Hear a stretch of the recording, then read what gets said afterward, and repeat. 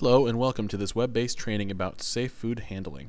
As someone who will be involved in the operation of an event selling or serving food to the public, it is important you follow fundamental safe food handling practices, including attention to your own personal health and hygiene and cleaning, as well as sanitizing items used.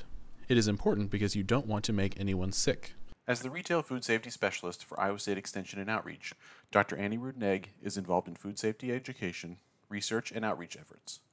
ISU Extension and Outreach have developed several publications that will be useful to you as you plan and manage your food events, and also maintains a website with lots of helpful information. These will be noted in the presentation.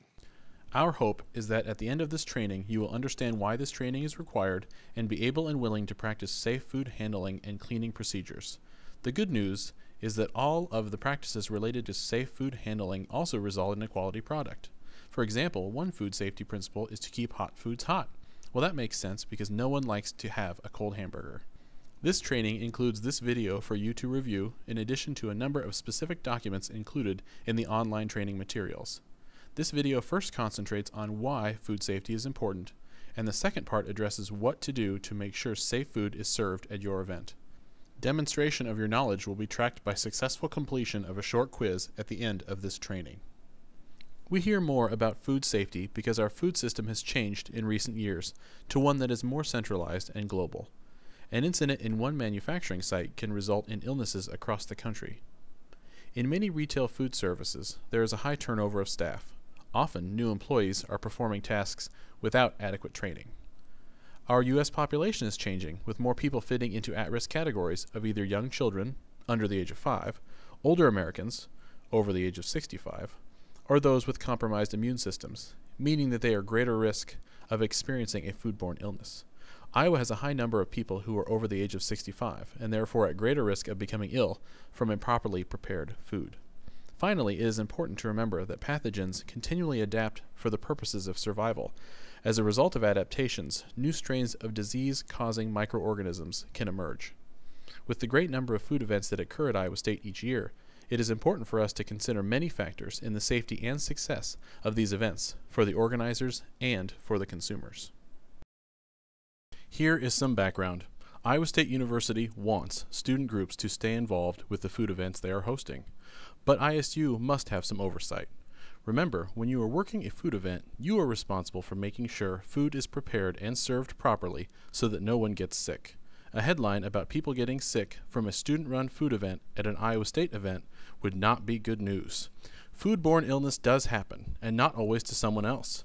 Each year, an estimated 48 million people in the United States become ill from food, and of these, it is estimated 3,000 will die. So those working in food stands do have a responsibility. A successful food event doesn't just happen. It takes some organization and planning. Think of it as a business venture. Your student group should designate a person in charge for the event. This is a good management practice. ISU has a process for approval of student organization food events, and it begins with the event authorization process. Your food event may need a temporary food establishment license from the Department of Inspections and Appeals. This depends on the type of food served, amount of preparation, whether food is sold or given away, and the number of days of service. The Office of Risk Management staff can help determine whether this license is needed. Staff at the Office of Risk Management want your food event to be a success, and they can provide resources such as cooking and refrigerator thermometers, or point you in the direction of additional information sources to be sure reasonable care has been taken to prevent a foodborne illness. Showing proof of having provided reasonable care has been used successfully to respond to legal challenges about safety of food. Be sure vendors used to supply food are on the Office of Risk Management's list of approved vendors. It is important to maintain accurate records of who is working at your food event. This information should be written in the worker or volunteer log and submitted to the Office of Risk Management following each event. The FDA Food Code 2017 is the set of regulations the state of Iowa has adopted and enforces. All food services, whether it be a temporary food stand, a college and university dining site, or a restaurant, must follow guidelines in the Food Code 2017. There is a lot of information in the 350 pages of the code. We have collapsed the information into the essential points you need to know for your food stands. If specific information not covered in this presentation is needed, contact the Office of Risk Management. Many organizations hold the same types of food events each year. Someone else in your organization may have information to share with you about previous events, so it may not be necessary to reinvent the wheel. Information about procurement sources and scheduling of workers is typically recorded, but the health of those workers also needs to be taken into account. Temperature of the foods is another focus area. The remaining portion of this presentation will cover how to provide reasonable care to ensure food is prepared and served safely. Each worker or volunteer has an important role to play in ensuring the safety of prepared and served food. Be sure each person has received training. Don't assume common sense is so common. This is publication N3285. It has most of the information covered in these slides and provides great reminders to your food event workers about how to keep food safe. There are also resources on the last page. All of the extension publications shown in this presentation can be accessed at the ISU Extension store. Go to www.extension.iastate.edu/store and enter the N or PM number in the search box. The 5 main ways that food becomes unsafe were identified through investigations of reported outbreaks. These can be controlled through good planning and work organization. One way is through food procured, whether purchased, donated, or otherwise, from unsafe sources. We also need to monitor the time that certain foods are in the temperature danger zone, which is between 41 and 135 degrees Fahrenheit.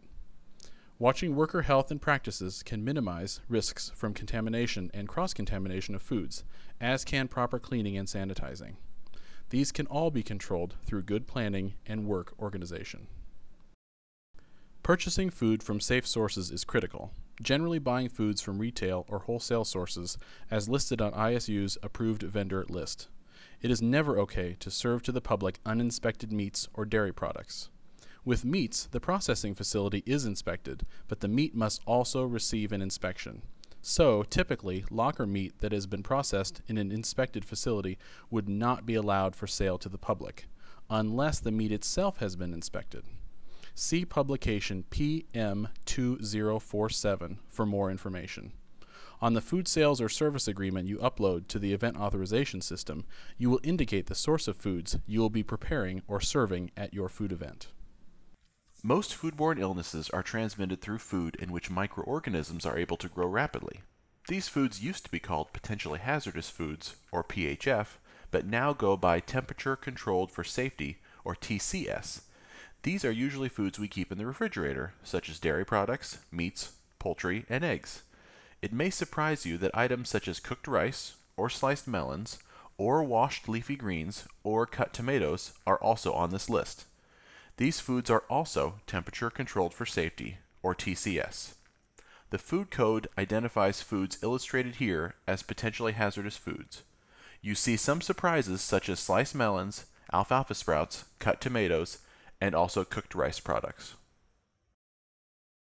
A number of conditions provide an environment in which microorganisms are likely to grow. Foods that are high in protein and have available moisture, a neutral pH environment, and oxygen, as well as sitting at room temperature for a period of time, are all typical characteristics when food can become unsafe. Bacteria grow at exponential rates, so within 2 hours, the number of bacterial cells could have multiplied exponentially. There is no mystery. If a person eats a food item with high levels of disease-causing bacteria, then they are going to get sick. The items pictured here are all foods of concern. While bacteria, yeast, and molds can grow just about anywhere, they are especially likely to be found on foods considered carbohydrates and proteins. While the foods we are most concerned with are those that present conditions for bacterial growth, like the burger and cheese in this photo, we have had some headline outbreaks from other foods, like lettuce and cut tomatoes. And if someone touches the bun with their bare hands that should have been washed, but maybe weren't, or weren't so well, there may be viral cells, such as norovirus or hepatitis A, transferred to the food. Buns are other foods that don't get cooked, so there is not the kill step of cooking which can reduce the levels of bacterial cells, are called ready-to-eat foods. Regulations do not allow bare hand contact with these foods, so gloves, or tongs, or deli tissues should always be used. The 5 main causes of foodborne illness can be controlled if there is attention to personal health and good hygiene of those working at the food event, if time and temperature abuses of those foods we temperature control for safety are avoided, and if foods are protected from contamination by unclean and unsanitized equipment or work surfaces. As you get ready to work a food event, think about your general cleanliness. Pull your hair back, wear clean clothes, trim and clean fingernails. Remember, no nail polish or false nails are allowed, and remove jewelry. Frequently and thoroughly wash your hands. Think about when to wash and how this happens. The list here is pretty clear and sounds easy, but sometimes when we get busy, we don't realize an action was performed that required a hand washing. For instance, if you clear away after someone has finished eating and place the disposable plate in the garbage, you need to wash your hands. In one of our research studies, we did observations in restaurants and found staff should have washed their hands 28 times each hour. That is a lot of hand washing and is likely not going to happen. The solution is to be smart in assigning work duties. One person can take money only, one person can clear only, one person can serve only, etc. Plan accordingly and you'll save time for everyone. Here is why we really push hand washing. The floury stuff growing on the clear gel are microorganisms. This person didn't wash their hands after using the restroom.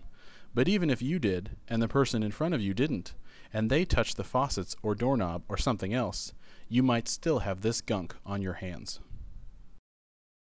Improper or lack of hand washing causes 26% of all foodborne illnesses. Wash your hands when entering the food event area, even if you just washed them a minute ago. This slide shows the recipe for proper hand washing. Notice there is not a splash and dash technique used. Rather, warm water and soap are lathered onto hands for at least 10 seconds. Then hands are rinsed and dried with a disposable towel. Microorganisms are everywhere. Here we see some growth from the faucet handles. It's best to use a paper towel to turn off the water so that your hands don't get recontaminated. Disposable or paper towels are the best because microorganisms can survive on cloth towels and aprons. In these photos, the man washed his hands properly, but then dried them on his apron. The photo on the top left shows microorganisms from his hand after drying on the apron. The photo on the right shows the microorganisms on the apron itself. Yuck. These photos are part of the Yuck photo gallery at iowafoodsafety.org. No running water at your event? Don't worry, you can still create your own hand washing station with a container of warm or hot water, a drainage container, and soap and paper towels. Think about where hands are washed also. Never wash your hands at a pot and pan sink or a food prep sink. There should be a sink just for hand washing in the food event area. Gloves are good to have and can be used to handle those ready-to-eat foods such as hamburger buns. But hands should be washed before putting on clean gloves. Gloves are packed with the clean side out, so if you stick a dirty hand in the box, the clean side of the glove is contaminated. The purple stuff in the picture here is a glow germ type of powder that illustrates the spread of germs. Gloves need to be changed when they get dirty or torn and before you start a new task. This means if you are wearing gloves when putting hamburgers on the grill, you need to take these off and wash your hands before putting on new gloves and assembling the sandwich. Ways to decrease the number of hand washes and glove changes include organizing your work area and work tasks efficiently. So, one person can put hamburgers on the grill while another person assembles the sandwiches. See the flash animation at the ISU Food Safety Project website at iowafoodsafety.org. We make assumptions when we eat at restaurants or other food service facilities. One such assumption is that workers are following correct procedures. Hopefully, the worker handling the melon did indeed wash his hands prior to beginning food preparation, although gloves should also be worn as the melon is a ready-to-eat food. Food service workers should be responsible to do a health status check before working. If someone has a sore throat or fever, or worse, they can't be around food that's being served to others. If you are sick, stay home. Only those approved to work in the food event area and who have had this training should be in the food areas. Otherwise, they present some contamination risks. Here are 2 more helpful publications provided by ISU Extension. You may wish to make copies of them for the food service workers at your event, as they contain great reminders about health and hygiene. Both can be found at the Iowa Food Safety website, iowafoodsafety.org. Once you purchase foods from approved sources, they are in your custody and they are your responsibility. Avoiding temperature abuse means keeping hot foods hot and cold foods cold. Food is time or temperature abused whenever it has been allowed to remain in the temperature danger zone for extended periods of time. The danger zone is between 41 and 135 degrees Fahrenheit.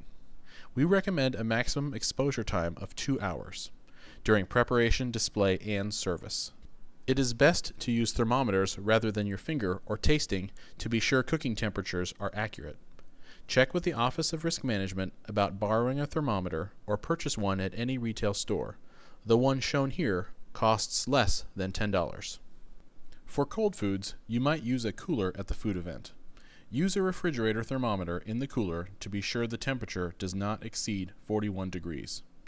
During your event, don't open the cooler except when necessary to avoid losing the cold air. To avoid cross-contamination, keep raw, potentially hazardous foods in one cooler, such as hamburger patties, and ready-to-eat foods, such as cut tomatoes and bagged washed lettuce, in another cooler. And yes, cut tomatoes and lettuce are considered TCS foods. Use a thermometer to check cooking temperatures. There are minimum requirements for most meats and poultry, as these are potentially hazardous foods, and the temperature noted must be reached in order to kill most of the harmful bacteria. Most foods should be cooked on site at the food event rather than elsewhere. Baked items are the exception. We have to reach these temperatures when preparing food for the public.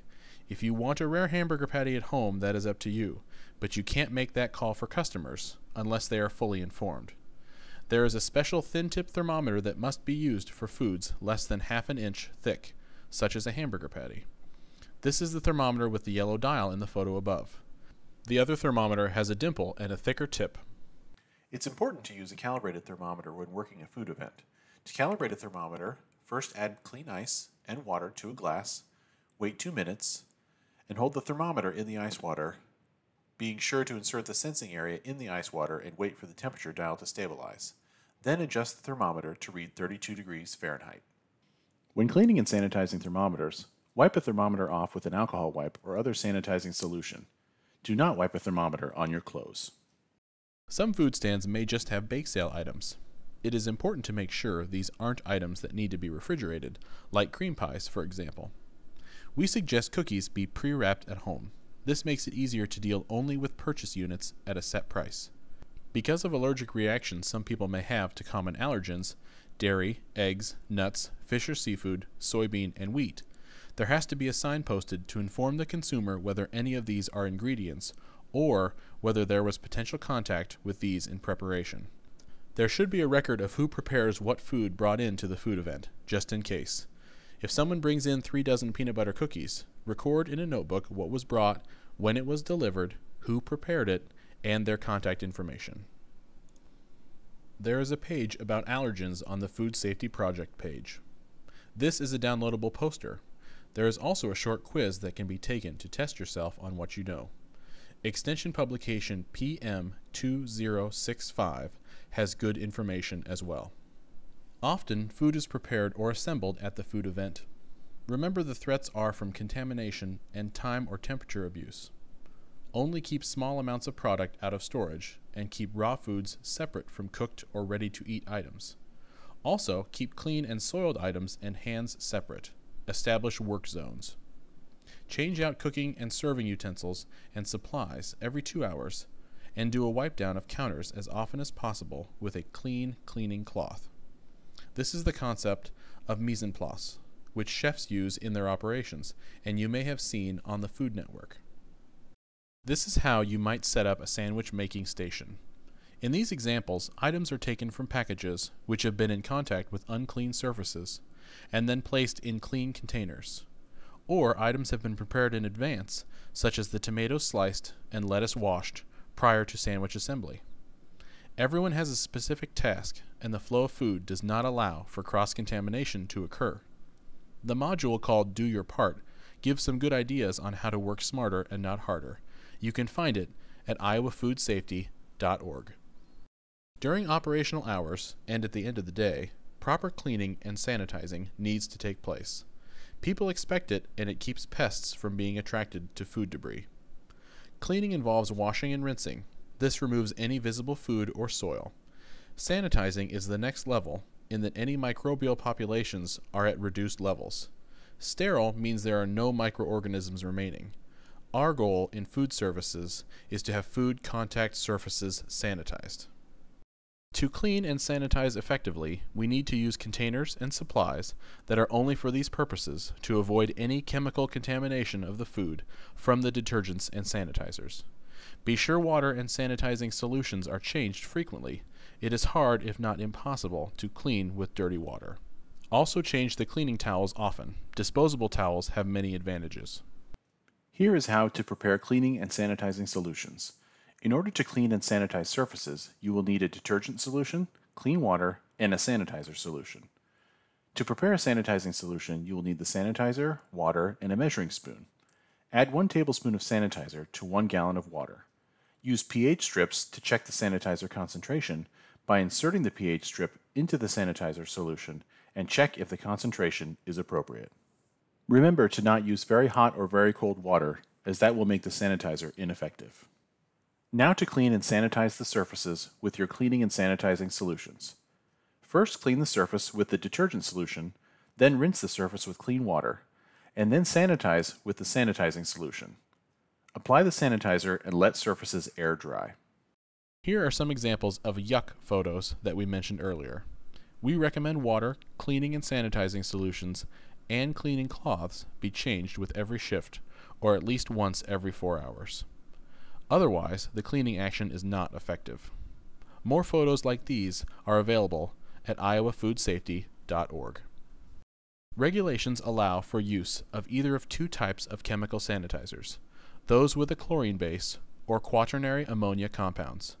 Most food events don't have a dish machine, which often uses very hot water as a sanitizing method. We will cover the chemical sanitizers. Regardless of type used, these can be applied from a bucket as a solution or sprayed onto the surface. The water temperature can't be very hot, as that will offset the chemical, and any food debris or soil will also make the chemical not work as well. The amount of chemical used is very important, because if the concentrations are not high enough, it won't do the job, and if the concentrations are too high, it may make the food touched by the surface toxic. So the concentration has to be just right. A concentration of between 50 and 100 parts per million allows for sanitizing to occur without toxicity. The solution should be in contact with the surface for at least 7 seconds. One way is to apply with a cloth or spray and let air dry. There are special test strips that can be used to double-check the concentrations are correct. To achieve the concentration, 1 tablespoon of bleach per gallon of warm water between 55 and 115 degrees Fahrenheit is a recipe to follow for traditional bleaches, which have about 6% hypochlorite. Bleach can now be purchased as the concentrated 8.25% active ingredient solution or in the traditional 6% active ingredient solution. When using the 6% bleach, use 1 tablespoon of bleach with 1 gallon of water. For the 8.25% bleach, use 2 teaspoons of bleach with 1 gallon of water to achieve the desired concentration of 50 to 100 parts per million. Scented or splashless versions of bleach are not to be used. Remember that there are many opportunities for food to become unsafe while in the custody of your organization. Everyone has to pay attention to what they are doing and how they are doing it when they purchase food, store food, assemble, cook, or handle food, and when serving. Everyone should watch that foods are not temperature abused or become contaminated from poor employee practices or unclean surfaces. Remember, it is your food event and therefore your responsibility. Each person involved has an important job. The Office of Risk Management and the Food Safety Project team of Iowa State University Extension and Outreach can provide technical assistance as you plan for the food event and execute your plan. Good luck.